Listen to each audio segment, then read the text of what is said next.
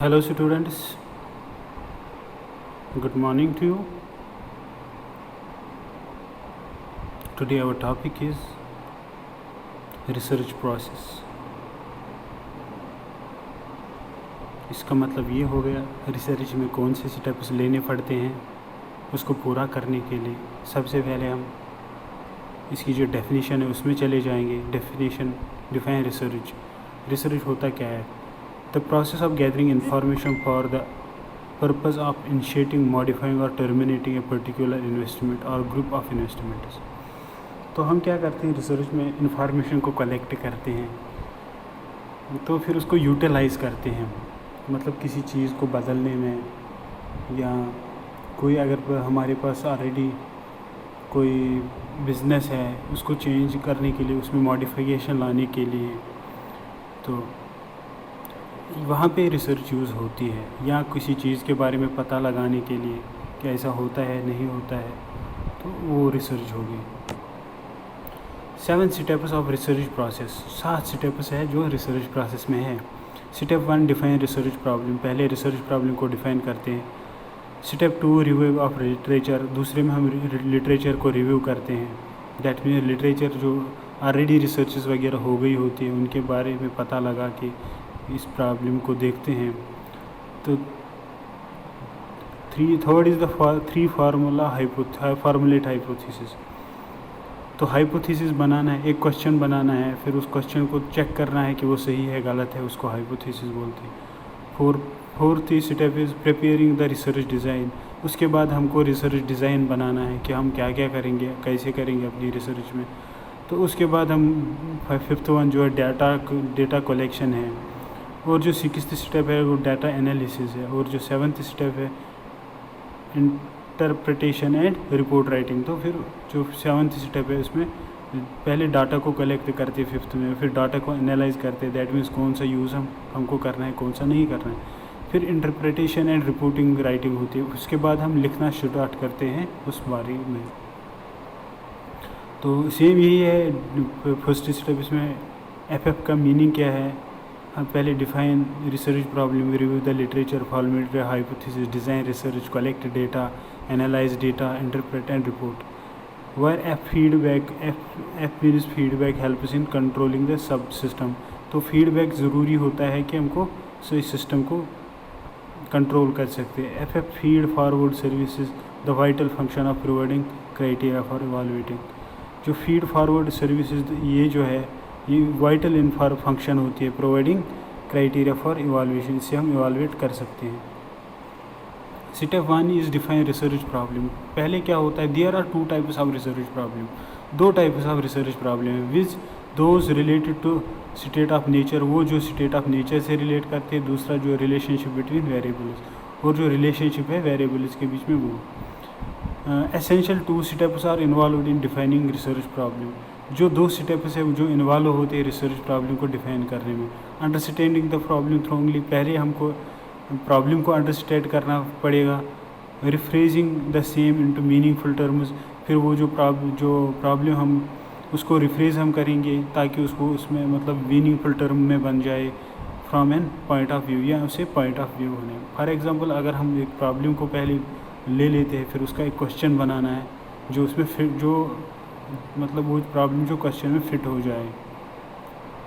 फिर स्टेप 2 है review of literature. Review of literature में क्या करते हैं हम? Once the problem is defined, जब हमारे पास एक प्रॉब्लम डिफाइंड होती है, brief summary of it should be written down. तो इसके बारे में एक समरी बहुत बड़ी लिखनी है। इट इज़ कंपलसरी, ये कंपलसरी होती है फॉर ए रिसर्च वर्कर, एक रिसर्च वर्कर के लिए। Writing a thesis for a PhD degree, या एक PhD जो डिग्री करता है उसके लिए भी ज़रूरी होती है। Degree to write a synopsis, वो एक ब्लूप्रिंट बनाता है अपनी रिसर्च टॉपिक का, एंड सबमिटेड नेसेसरी कमिटी और the research board for approval. तो जब रिव्यू ऑफ लिटरेचर में एक हम मतलब वही सिनॉप्सिस टाइप की बनाती है, एक ब्लूप्रिंट बनाती है, हम ऐसे ऐसे करते हैं।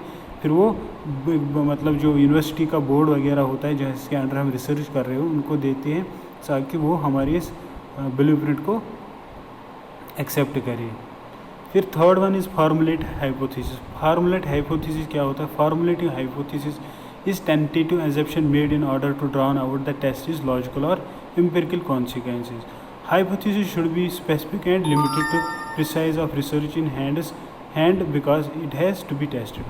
हाइपोथेसिस इन शॉर्ट एक होता है, एक क्वेश्चन हम ले लेते हैं। फॉर एग्जांपल हम क्या करते हैं, क्वेश्चन हम ये लेंगे कि दूध और पानी से चाय बना सकते हैं, फिर उस चीज़ को टेस्ट हमें करना है, क्या दूध और पानी से चाय बन सकती है? हाँ बन सकती है, चाय तो बन सकती है, मगर उसमें हमको चीनी की ज़रूरत भी है। दैट मीन्स सिर्फ दूध और पानी से चाय नहीं बनेगी, तो हमको दूध की भी ज़रूरत है। उसी तरीके से हम ये कर सकते हैं कि अगर एक इंसान 10 साल का है, उसकी हाइट 5 फुट है, 4 फुट है, तो फॉर एग्ज़ाम्पल हम जब वो 11 साल का हो जाएगा तो हम कहेंगे 11 साल में भी उसकी 4 फुट ही हाइट है। तो हम उस चीज़ को चेक करेंगे, जो वो चेक करना है उसको बोलते हैं, मतलब वो जो क्वेश्चन है वो हाइपोथेसिस है। फिर हम उसको जब चेक करते हैं तो हमको पता चलता है, दैट मीन्स हम उसका टेस्ट करते हैं हाइपोथेसिस का। The role of hypothesis to guide the research by delimiting the area of research and keep him on the right track. जो हाइपोथेसिस का रोल है वो इसका ये है कि वो गाइड करती है रिसर्चर को by delimiting the area of research, कि कौन से एरिया में मुझे रिसर्च करना है, to keep him on the right track, और उसको वो राइट ट्रैक पे रखती है, मतलब सही काम पे रखती है।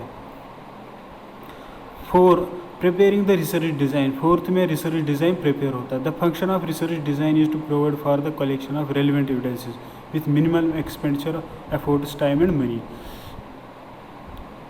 प्रिपेयरिंग रिसर्च डिज़ाइन ऐसा होना चाहिए जिसमें हमको ये पता होना चाहिए कि हमको कौन सा डेटा कलेक्ट करना है, कौन से एविडेंसेस हमको चाहिए, और बहुत कम खर्चा हमको उस पर होना चाहिए, और पैसा भी कम होना चाहिए खर्चा, मतलब टाइम भी कम होना चाहिए। रिसर्च पर्पज़ में भी ग्रुप्ड इनटू 4 कैटेगरी। जो रिसर्च पर्पज़ होता है वो 4 कैटेगरीज में डिफाइन, मतलब उसको ग्रुप किया गया है। उसमें विज है कौन सा, एक्सप्लोरेशन। कुछ रिसर्च ऐसी होती है जिसमें हम एक्सप्लोर किसी चीज़ को करते हैं। दूसरा होता है डिस्क्रिप्शन, उसके बारे में हम डिस्क्राइब करते हैं। तो तीसरा जो होता है डायग्नोसिस, हम डायग्नोसिस लगाते हैं कि ये सही है या नहीं है। अगर कोई मेडिसिन दवा में आई है तो वो अपना काम करती है या नहीं करती है, तो उसके बारे में डायग्नोज लेते हैं। अगर उस मेडिसिन से ज़्यादा लोग ठीक होते हैं तो हम डायग्नोज ये लगाते हैं कि हाँ ज़्यादा लोग ठीक होते हैं, दैट इज़ डायग्नोसिस रिसर्च। और फोर्थ है एक्सपेरिमेंटल रिसर्च। एक्सपेरिमेंटल रिसर्च वो रिसर्च हो गई जिसमें हम डायरेक्टली एक्सपेरिमेंट करते हैं। जैसे